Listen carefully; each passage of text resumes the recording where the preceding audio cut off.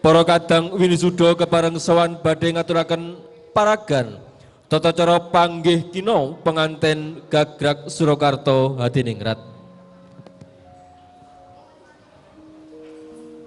Salajengipun kula sakadang minangka pambiwara prosesi nyuwun palilah mugi keparenga lengser saking ngarsa panjenengan sedaya lir gumanti dening para kadang winisuda.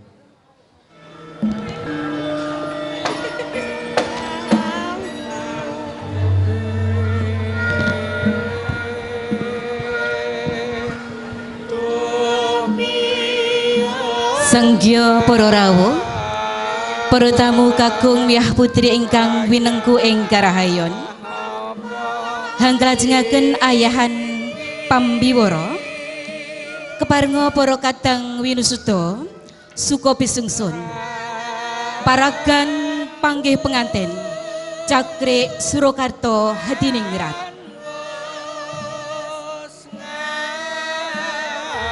Puji syukur kunjuk sahandap pepoto dalem Gusti ingkang werbeng dumadi ingkang sampun paring kawilujengan dumateng panjenengan sedaya lan kula temah ing dalu menika hanyarengi dinten Rebo Pon inggih Titi Surya kaping 8 Maret warsa 2023 inggih Surya kaping 8 Maret warsa 2023 panjenengan sedaya lan kula saged manunggal wonten ing dalemipun Bapak Ayub Sulyono sekalian kriki kanthi widodo kalih sagung rubeda. Ngaturi kawuningan bilih ing dinten menika Bapak Ayub Sulyono sekalian badhe hangklajengaken reroncening tata cara adat anggenipun hamala kramekaken putra pawestri kinasih ingkang nama Roro Ayu Neli Saktia jinatukrami dening Abagus Muhammad Arif Nugroho Atmojopriyo Bapak Hartanto Heri ingkang pidalem wonten ing Tlatah Surakarta Hadiningrat. Keparenga jejer minangka pambiwara ngaturaken reroncening tacara ingkang rinakit.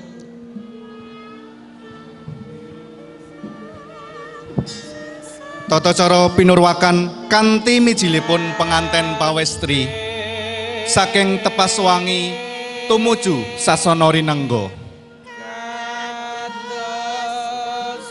Sasampunipun penganten putri lenggah tumuli bidal duta pemetuking penganten kakung tumuju Wisma Palerman.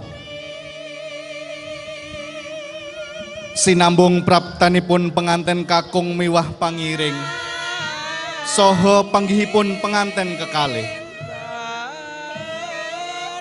Paripurna tata cara panggih kalajengaken sinduran ngantos krobongan. Para tamu kakung miwah putri ingkang berbudi dharma jangkeping tata cara nut wewarah dalem ing Kraton Surakarta Hadiningrat inggih menika besan mertui. Sasampunipun besan sekalian jajar wonten ing palenggahan tumuli manten kekalih ngabekti wonten ngarsanipun Ibu Rama. Mekaten reroncening tata cara panggih ingkang badhe lumampah. Kula ingkang piniji minangka pambiwara nyuwun tambahing pangestu murih saged meratiti lampahing tata cara satemah gangsar lancar jumbuh kalian ingkang sampun katetepaken. Sinambi hangrantu samektanipun tata cara para tamu kula dherekaken lenggah kanthi mardikaning penggalih. Nuwun.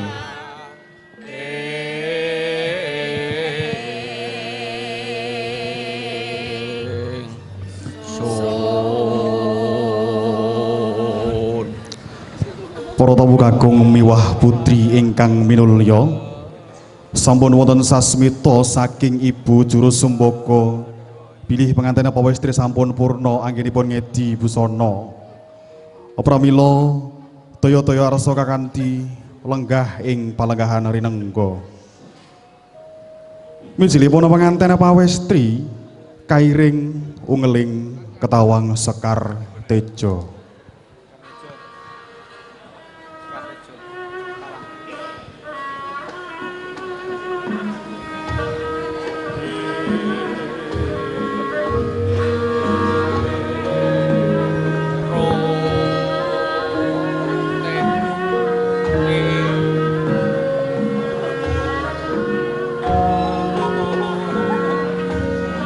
Tinerebu kokorning panti busana anyarengi ngambar gantaning Sekar Melati nyawiji kalian sumunar cahya ngebeki sasana pahargyan. Aninggih punika gontolan cahyane penganten pawestri ingkang sampun purna pinulas wandane rinengga busana adi salirane. Kawis tinggal ngengreng mau Prabowo ngenguwung eling-eling pengantin pawestri wiwit tasih rumaja tansah asikep prasaja. Mila datan mokal sinembuh ing Sumbaka satemah manglingi kasulistyane Rara Ayu Neli Sakdiah. Datan mantra-mantra titah madya padha prasasat kadi widodari ing kasuwargan. Minangka pralampita bilih gesangipun badhe tansah nyenyuwun pepajar saking Gusti ingkang Maha Peparing. Murih saged langgeng runtut atut pindho mimi hamin tuna wiwit diri pribadi ngantos putra turunipun.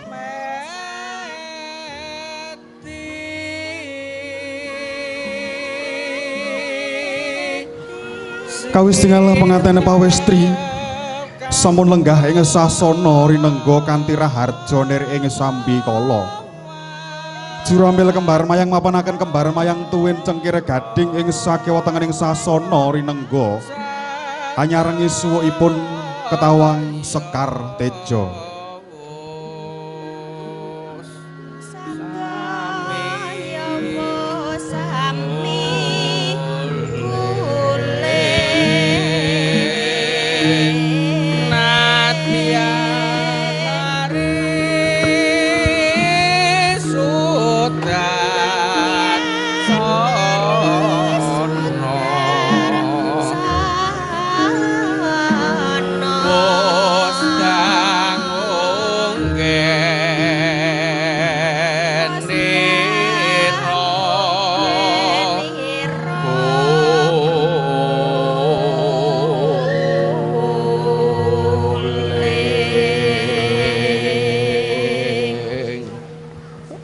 Nalika semono temanten pustri wis lenggah anggana raras ateges lenggah piyambakan. Lamun to cinitra ing ukara semuku cipa ing wardaya hangrantu praptaning muda tumaruna minangka gegantilaning nala. Tanggap ing sasmita duta pamethuk daya-daya tumuju ing sasana palereman kairing ungeling gongso monggang.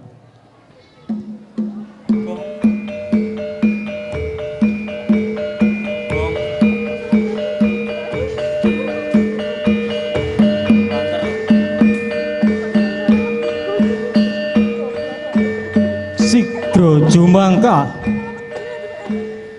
remaja kakung kalih cacahe ngambil kembar mayang minangka pratandha duta pamethuk temanten kakung. Kembar mayang oyote Bayu Bajra delegipun kayu purwa sejati apang kiblat papat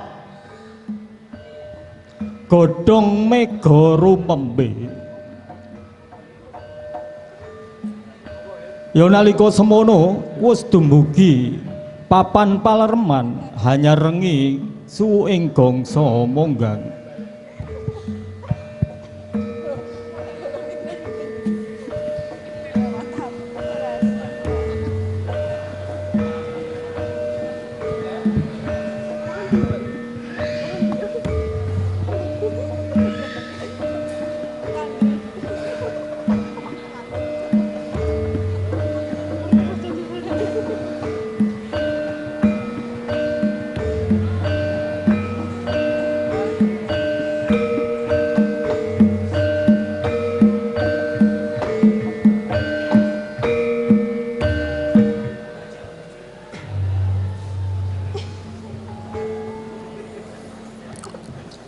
Para tamu sinedahan ingkang kinurmat, sampun wonten sasmita pilih pengantin kakung siyaga sowan hanetepi tata cara panggih. Praptanipun pengantin kakung kabiwado unguling ladrang wilujeng.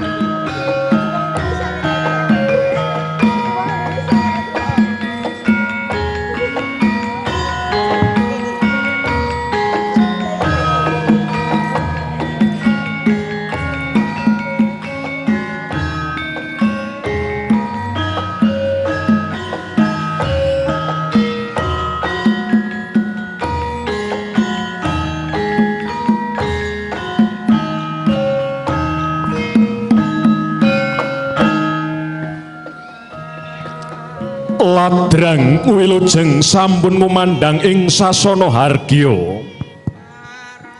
Minangka tengara praptanipun penganten kakung miwah pangiring binayang saking wisma palereman kakanthi tumuju sasana pahargyan.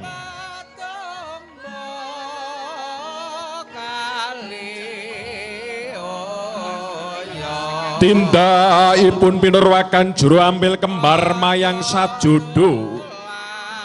Temanten kakanthi sesepuh kakung cacakale minangka pratandha pilih para sesepuh badhe tansah siyaga hangampingi dumateng Bagus Muhammad Arif Nugroho ingkang nembe lumebet ing bebrayan agung. Murih saged lembeng wonten margining Gusti ingkang Maha Suci, temah bagya mulya ing donya prasasat kadi ing kasuwargan jati.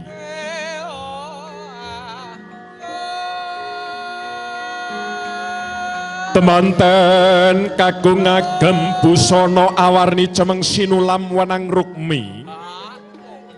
Jumbuh kalawan busananipun ingkang garwa nedahaken anggenipun Hanjatu Krami Rara Neli Sadiah sampun nyawi jiwadak ngantos tekating ati. Kawimbuhan ngagem kuluk kanigara sinulam kencana tarak mungkuing pungkur. Kuluk kanigara minangka pengageming ratu mratandani Bagus Muhammad Arif Nugroho badhe tansah ngupaya dados titah ingkang pinaringan derajat inggil. Langkung-langkung tataran panembanipun tarak mungkuing pungkur minangka warahipun para luhur pilih titah kedah saged ngungkuraken eden-edening donya minangka sarana hanggayuh kaendahan langgeng.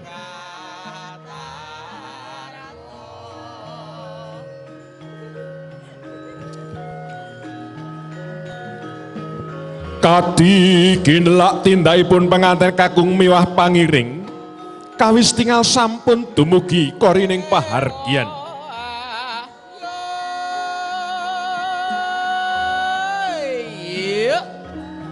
suwing ladrang wilujeng tengara kandhek tindakipun penganten kakung hangrantu tumapaking adicara panggih.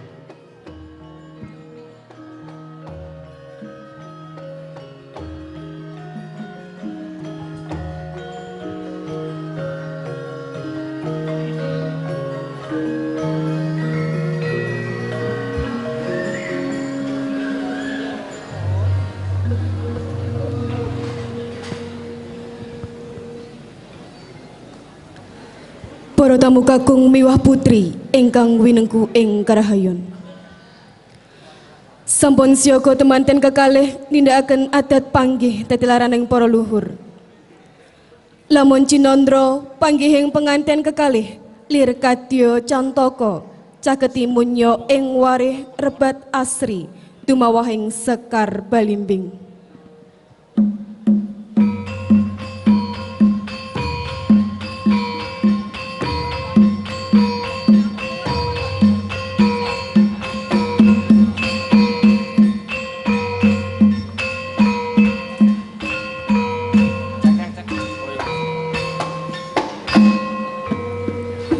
Gungsa kodho ngorek asung pakurmatan dumateng titahing Gusti ingkang asipat jalu lan estri kya lumebet ing ibadah suci.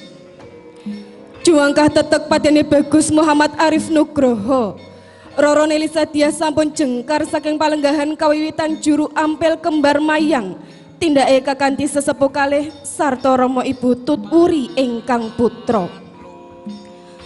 Tumapaking suku Kebak ing Pamengku saya caket kekalihipun tumuju sasana panggih. Panggih saking tembung panggayuh amrih gambuh ing penggalih. Liripun sawusnya pinanggihaken dening kodrating Gusti awujud badan wadak.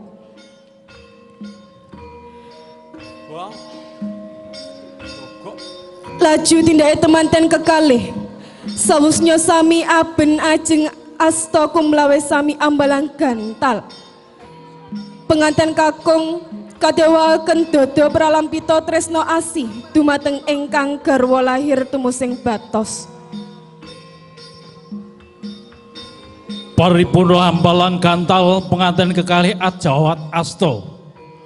Roro Nelisa Diah ngaras astanipun ingkang garwa netakaken lebeting raos tresna dumateng Bagus Muhammad Arif Nugroho. Daya-daya kekalihipun rucat canela. Penganten pawesti lenggah ing jengku sarwi sumembah. Penganten kakung napak tigan ngantos pecah. Pecahing tigan ambapar warni jene lan petak minangka pralampitaning panyuwunan. Mugi jalu lawan estri kang wis nyawiji daya-daya pinarangan putra utami. Nenggih putra ingkang bekti dumateng Gusti kang hamur beng dumati. Bekti dumateng Rama Ibu. Piguna dumateng agami negari lan sesami. Tanggap penganten putri asta mundhut toya hamiji pepadane ingkang garwa. Lekas punika pinaka pratandha prasetyatinipun pawestri ingkang siyaga hangamping-ampingi ingkang garwa. Siyaga sabiyantu hangicali sukering diri, sesukering keluarga sarta sesukering brayan agung. Purna hamiji astanipun Roro Nelisa Diah kalanting ingkang garwa kajumenengaken wonten ing sisih kiringipun Bagus Muhammad Arif Nugroho. Kekalipun samya minggah ing pasangan mengku pralampita bilih temanten kekalih wis pinesti dados pasanganipun. Pasanganipun sejati anggenipun gayuh katentreman gesang ing ngarcapada. Prasetyanipun penganten kekalih sawusnya kinodrat nyawi dibagya mulya badhe tansah dipun lampahi. Sesarengan basan kodrat paring pacoban kekalihipun siyaga ngupaya wiridat pinangka srana karampunganipun.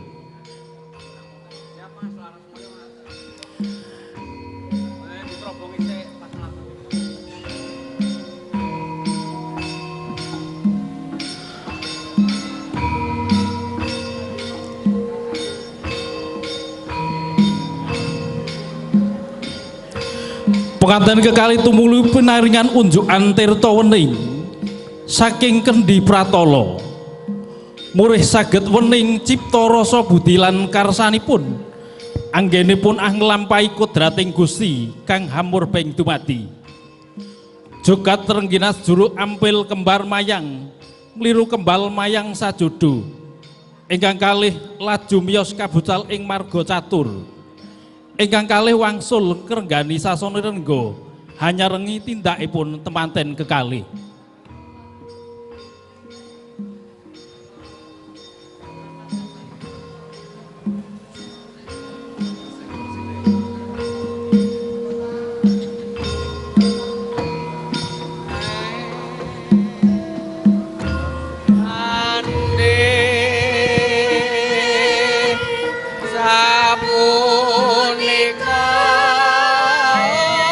Hanya rengi ngumandanging ketawang laras moyo Bobo Ayub Sulyono sekalian garwa anjing kepakan sindur wonten ing pamindanganipun penganten kekalih temanten sarimbit lumampah lononan sarwi nyepeng poncoteng sindur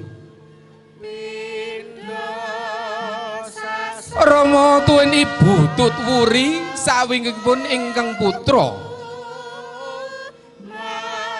lekas mekaten pinangka prapandha Ibu Rama sampun dilelegawa bilih putra penuwal saking pamurbaning Ibu Rama jejegaken saka guruning Bali Wisma ingkang katemben winangun Prapteng sasana rinengga remaja putri ingkang ngampil kembar mayang mapanaken ing sakiwa tengenipun sasana Wisudatama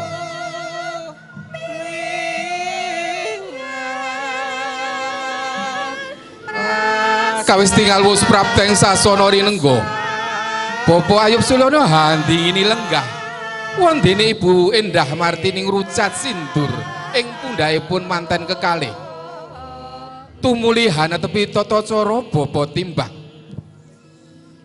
manten kekalih pinangku ing jengku sisih tengen lan kiring pinangka pratandha bilih wiwit dinten punika putra kekalih sampun winengku sawetahipun dados putra pribadi datan wonten ingkang kamban sindi lan kamban siladan sawetawis sampun karaos timbang samudayanipun tumuli Bapak Ayub Sulyono jumeneng saking palenggahan Amisuda putra kekalih kanthi metek pamidanganipun Roro Neli Sadia kalian pun Bagus Muhammad Arif Nugroho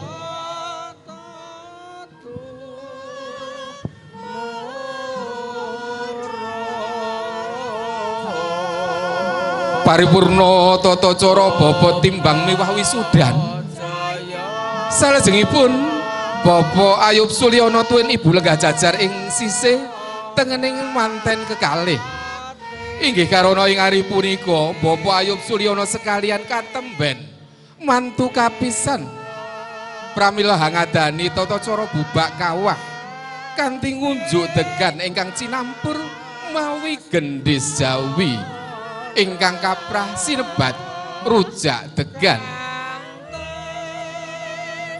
degan kaunjukaken Bapak Ayub Sulyono 3 sendok tumuli Ibu ngunjuk piyambak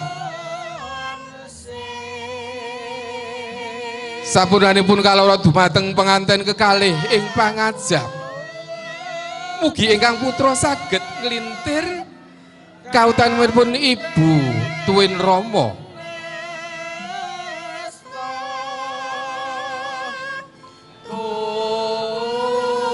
wah ingkang lopo ingkang salebetipun wonten toya suci pinangka pralambita jejering pawestri ingkang ngantos dewasanipun kedah tansah jagi kasucinipun diri langkung-langkung guwa garabanipun awit sayektosipun toya suci kala wau namung wenang binuka dening ingkang kinudrat dening Gusti pinangka jatuning jatu krami.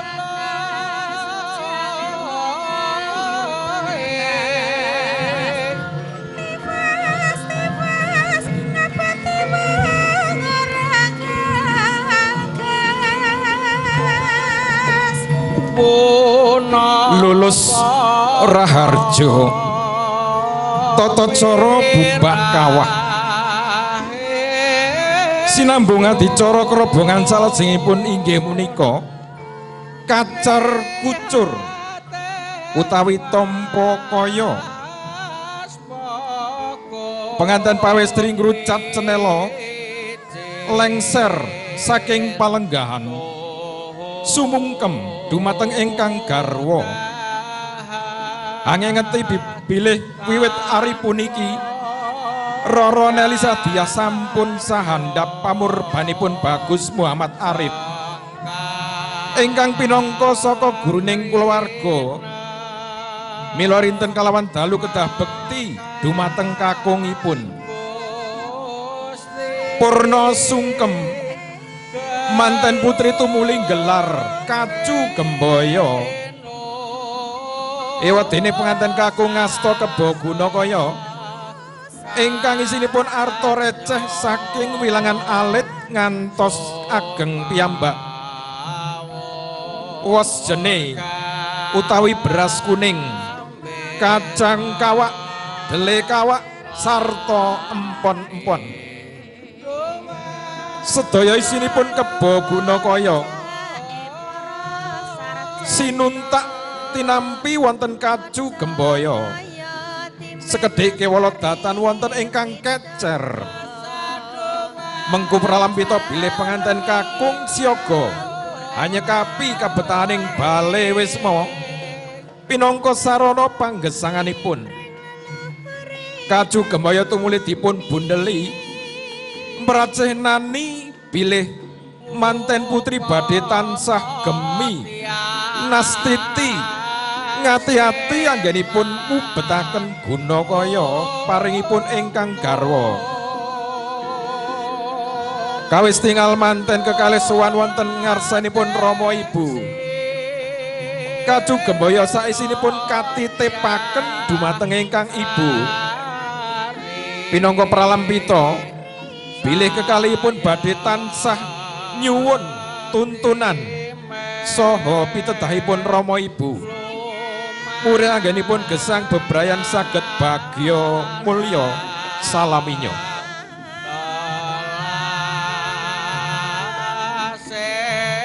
purna anitepaken Kacu Gemboyo wonten ngarsanipun ingkang Ibu tumuli manten kekalih lenggah malih wonten sasana wisudhatama nindakaken tata cara dahar kelimah utawi dahar sekul walimah winastan dahar kelimah karana anggenipun dahar namung sak keplasan kewala ewadene sinebat dahar walimah karana kekalihipun nembe nindakaken walimah sinengkaaken sah pranataning adat Jawi pinangka salaki rabi ingkang kadahar awujud sekul werni jene pinaringan lelawan jangkep saking wulu wetuning bumi kaprah sinebat sekul rendeng utawi sekul punar pinangka tandha raos unjuk syukur wonten ngarsanipun Gusti ingkang Maha Mirah ingkang sampun paring kacekapaning boga dumateng titahipun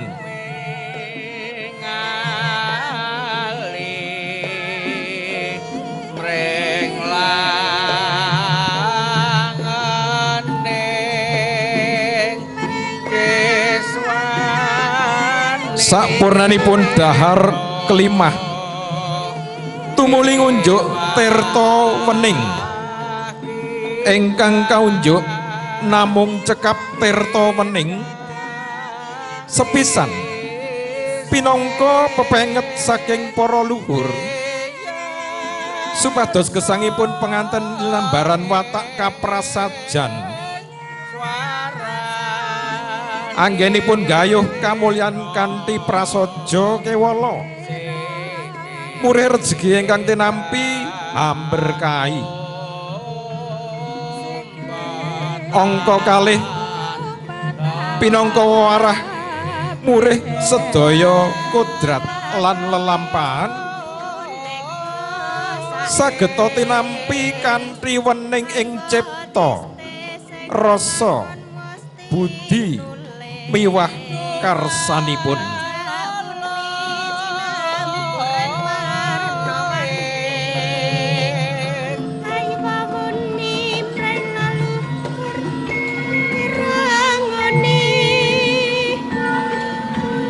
Tuwin kumbang para tamu kakung miwah putri sampun paripurna tata cara adat kerobongan kanthi rahayu tanpa ridu tanggap ing sasmita Bapak Tarwiyanto sekalian laju tindak tumuju Wisma Palereman matur Bapak Hartanto Heri tuwin ibu kakanthi mertuwi pengantin sarimpit ngengeti bilih kekalihipun minangka jejering sepuh ingkang sampun tuntas anggenipun gegulang bab kautamaning gesang mila kanthi kebaing subasiyata siyaga ngentasi karya hanya rengi suhu ing ladrang Sri Widodo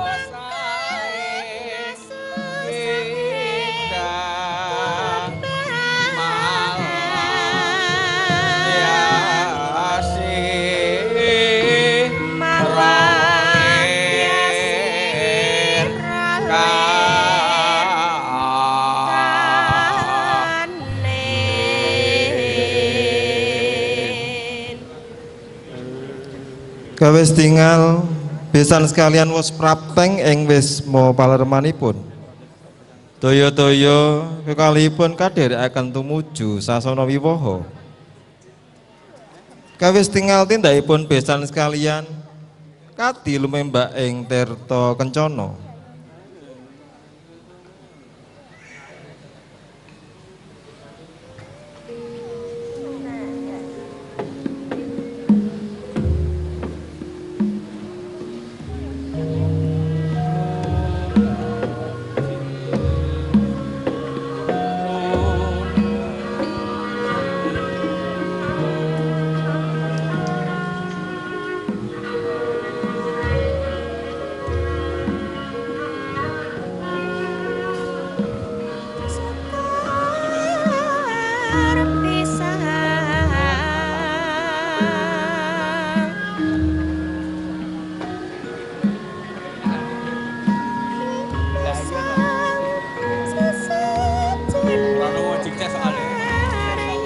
saking Wisma Palereman Bapak Hartanto Hari Hamertuwi dumateng ingkang putra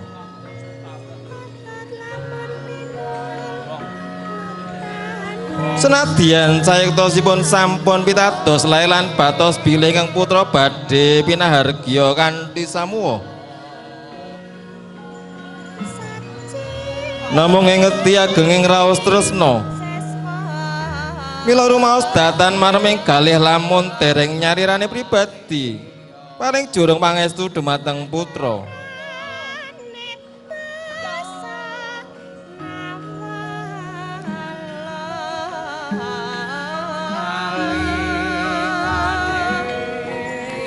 daya-daya Bapak Ayub Sulyono sekalian jumeneng marep pekirawuhipun kadang besan yang sangat jenging kori gapiuk sami aja watasto sinawung seming wardoyo sumringahing wadono maratandani bilih sesepuh kekalih sampun gembleng raosipun anggenipun mangun bebesanan temadados setunggaling keluarga ingkang kukuh santoya nyengkuyung panggesanganipun putra kekalih tumuli Bapak Hartanto Heri sekalian kadherekaken lenggah ing sisih keringipun pengantin kekalih. Bapak Ayub Suliono sekalian, lenggah malih wonten ing palenggahan sakawit. Suwing ladrang tirta kencana, hanyerengi lumengsering duta pamatha ing besan sekalian.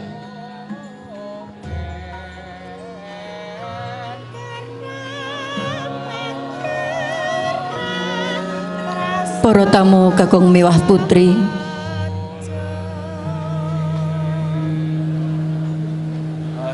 sasampunipun Rama Ibu kekalih lenggah daya pengantin sarimbit arsa sumungkem wonten ngarsanipun Rama Ibu. Namung saderengipun sumungkem kekalihipun ngrucat cenela lan duwung badhe kalolos dening ingkang kinurmat Bapa Karmanto.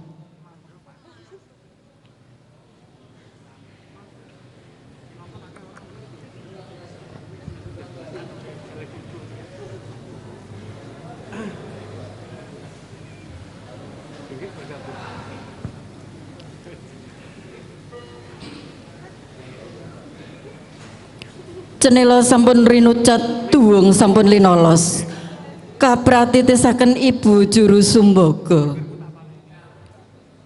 Bagus Muhammad Arif Nugroho kalian ingkang garwa Roro Neli Sadia lumarep wonten ngarsanipun Ibu Tuwin Rama estining sedya nyuwun diagung pangaksama dumateng sedaya lepat sadangunipun ginula wentah Ibu Rama. Ngaturaken panuwun dumateng lelabetanipun Rama Ibu ing panggesangan menika sarta nyuwun idi pangestu binarung ungeling ladrang mugi rahayu.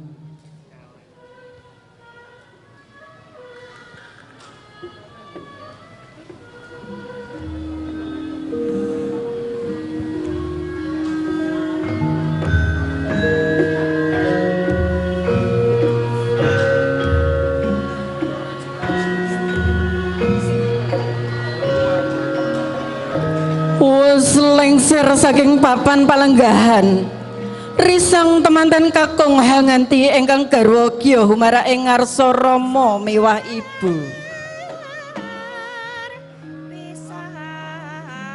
Jroning driya muhung arsa sungkem lan ngabekti dumateng ingkang Ibu saha ingkang Rama. Sinartan paminta idi pangestu anggenira palakrama pinaringan yuwana. Kinalisno ing Robito Bagya Mulya Salaminya.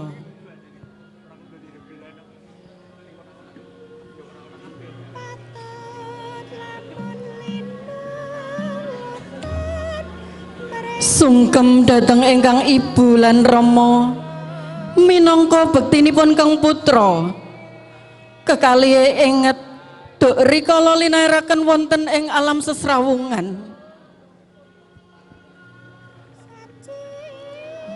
Bekti dhateng ingkang Rama lebet anget bilih ingkang Rama wus sembada ngukir jiwa raga miwah dadya lantaraning tuwuh.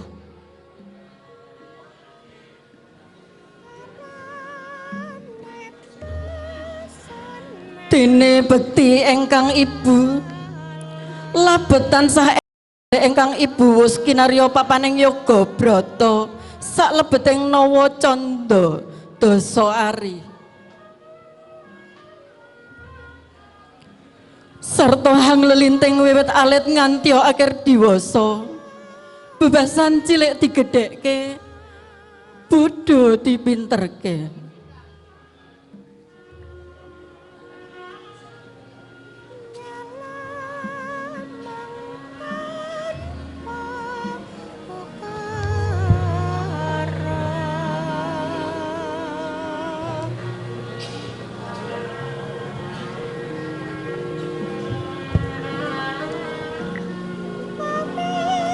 Lampah ndodok sesedokan temanten sarimbit repepeh angeka padha tumuli hanjengku mring padaning ingkang Rama lan ingkang Ibu.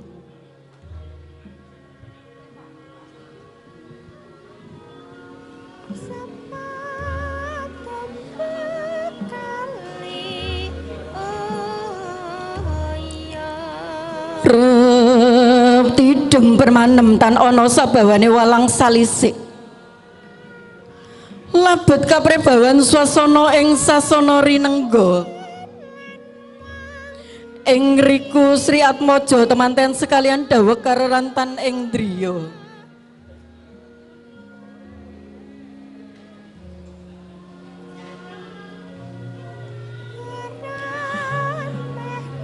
Brol wijiling kanang waspa tumibeng ing pangkone ingkang Rama lan Ibu kadya Mutiara Rinonce. Kaladuke kang ngumpaka basa bebasan banjir loh sarah waspa sakjroning sasana rinengga.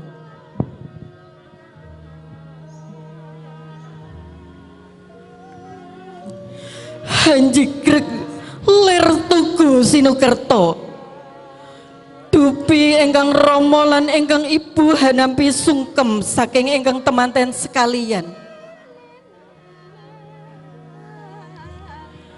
Sanalika angles kekes kadya linolosan bebayune hanggya nglempuruk pindha kapuk siniram terta. Pengantin kekalih den elus-elus pamidhangane kang ana sayektine hamung rasa tresna lan asih.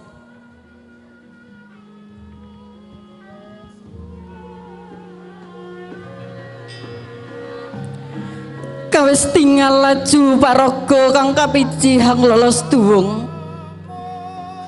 tumuju ing punguring penganten kakung.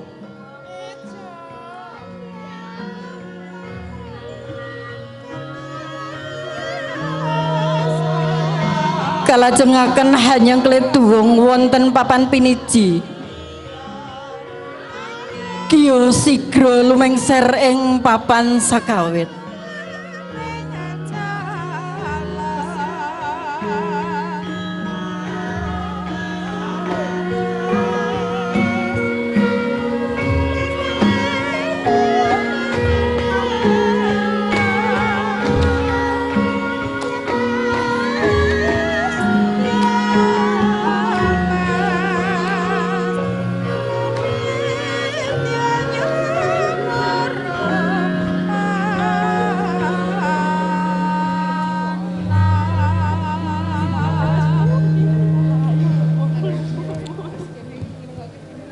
Wis siyaga lan samapta sang juru paniti sing laksana ya Sang Subamanggala.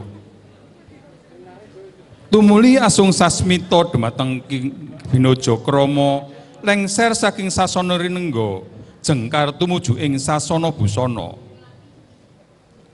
Lukar busana katong giya ngrasuk busana kasatriyan. Jengkaring Sang Subamanggala lamun Cinandra piyak ngarsa tangkep ing wuri.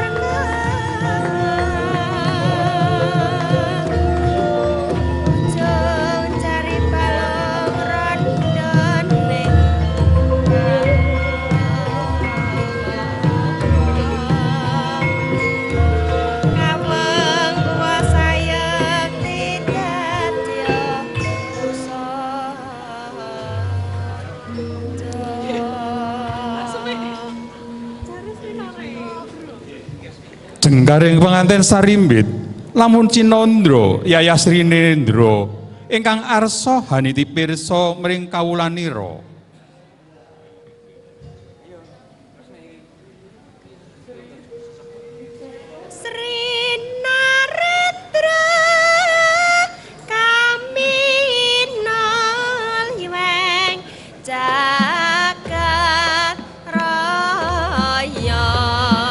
Sampun ngumandang rawat-rawat ulit ding gongso kaseling pangeli ing waranggana hamabar ketawang langan Gita Sri Narendra asung panjurung sigra lumampah kirabing penganten kekalih katingal sang Suba Manggala kanthi kebaing Suba Sita nangkepaken asta kekalih kinarya sasmita lumampah pabarisaning kirab tanggap ing sasmita sang Apindo Satriya miwah garwa kekasih alon jumangkah pepadane jumbuh kalawan endahing irama kang hamiwada ingkang mungwing ngarsa winastan Suba Manggala priya muda Jatmika Hanuraga wis tuntas mangolah langan mataya Suba ateges sae Manggala agetes pangarsa siaga mangarsani lampahing kirab murid tinata sae edi lan endah Suba Manggala pinaragan piantun namung sajuga mapang ing ngarsa sayekti ngeketaken dumateng penganten kekalih supados anggenipun lumampah tansah enget dumateng Gusti ingkang Maha Tunggal rinten dalu siaga nindakaken dawuh agami saha nebi awisanipun supados wilujeng ing donya tumeking wuri sinambung sapungkuring Suba Manggala jejaka tumaruna cacah kalih kembar dedek piadeki kembar busanane kembar kasulistyane mila wenang sinebat satriya kembar lumampah sangajengipun penganten kekalih sayekti kinarya pepenget tiyang ingkang sampun wantun ambyur ing samudraning bebrayan agung kedah kembar cipta rasa budi lan karsanipun anggenipun nindakaken dumawahing kodrat linambaran manunggaling ati kang suci munih bagya mulya ing donya prasasat kadi ing swarga loka dene lumaris wonten muring satriya kembar ana paraga warana alit jajar kalih lah punika patah sakembaran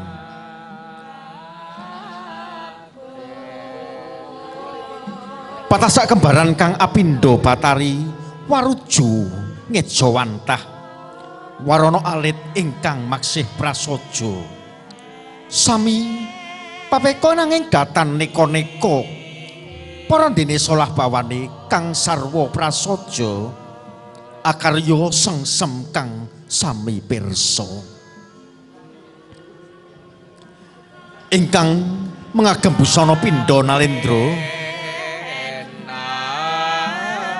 paring glebyar pating pasara tejane hanenggih punika mustikaning pahargyan ingkang asma Rara Nelin Sadia sarimbit ingkang garwa Bagus Muhammad Arif Nugroho kekalih lumampah tansah akekanten asta prasasat datan kena genggang as sarema pinarya asastra tansah akekanten asta prasasat datan kena genggang sarema pinarya sastra nindakaken prasetyanipun bilih wonten pinarya sadengah lelampahan bagya mulya badhe tansah dipun lampahi kanthi bat-batan kardi murih ingkang sewu kalih sampun kinodrat ing Gusti pinesti dados sawiji puniki datan pinisah malih ing salami-lambi.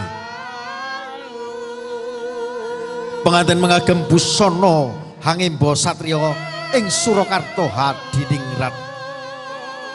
Pinangka pratandha kekalihipun siaga hanulan lekas sing para satriya tama ingkang gesang hanetepi dharma dados titah piguna mring sasama.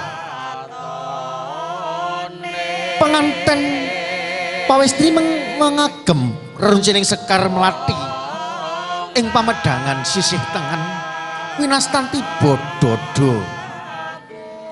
Pinangka pralampita bilih Rara Nili Sadyah sampun siaga handada dumateng kodrat ingkang dumawah. Pinangka jejering putri ingkang sahadap pamurbanipun priya pinangka jatining Jatukrama. Penganten kakung ugi magagem sangsangan Sekar Melati rinonce lan dereh mung wing dada nyawiji kelawan kalung ulur pepasen singgetan dawah palunging ati pratandani prasetyanipun Bagus Muhammad Arif Nugroho. Bilih sedaya pratap sedya tumindak saderengipun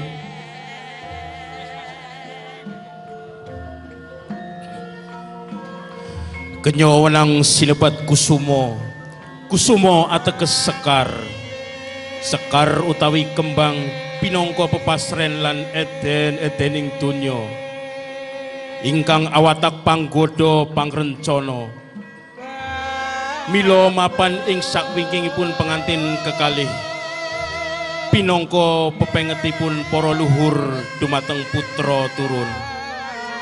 Sak sampunipun wantun ambyur ing samudraning bebrayan kedah linambaran santosaning lair lan batos madhep mantep lumampah mangajeng kanthi ngungkuraken eden-edening donya murih saged uwal saking sawernining panggoda temah lulus raharja prapteng kisiking samudra mulya saged lestari runtut anut pindha mimi ingkang nembe hamindulani ing donya prapteng delahanipun.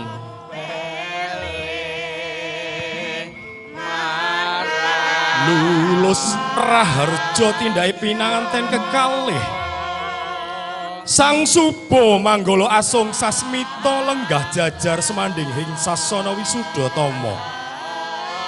Pinangka standa saanut pranataning adat Jawi pinangka jejering salaki rabi. Ibu Rama lenggah hangamping ampingi ing kanan kiripun pinanganten kekalih. Hanya rengi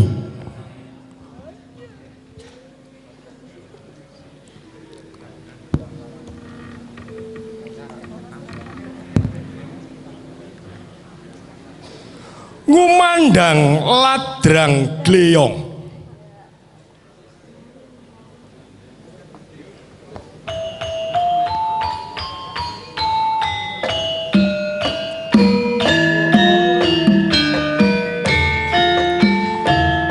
Pratandha bilih tata cara pawiwahan dawuhipun Rara Nili Sadyah sarjana pendidikan kalian Bagus Muhammad Arif Nugroho sarjana pendidikan sampun paripurna.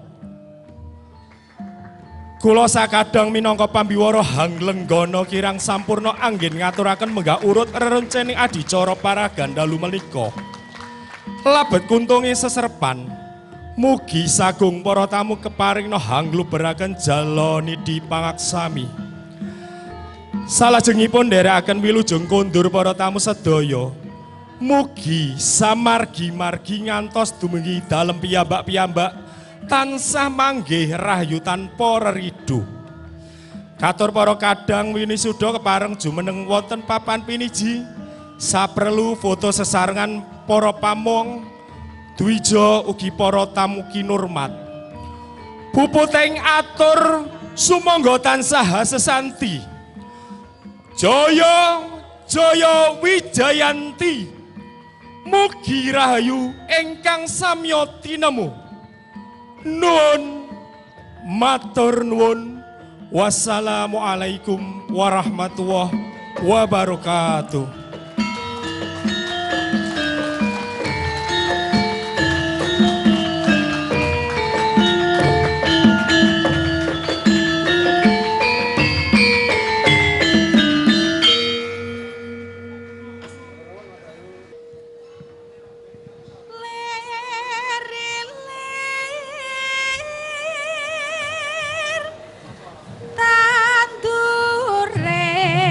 Masuk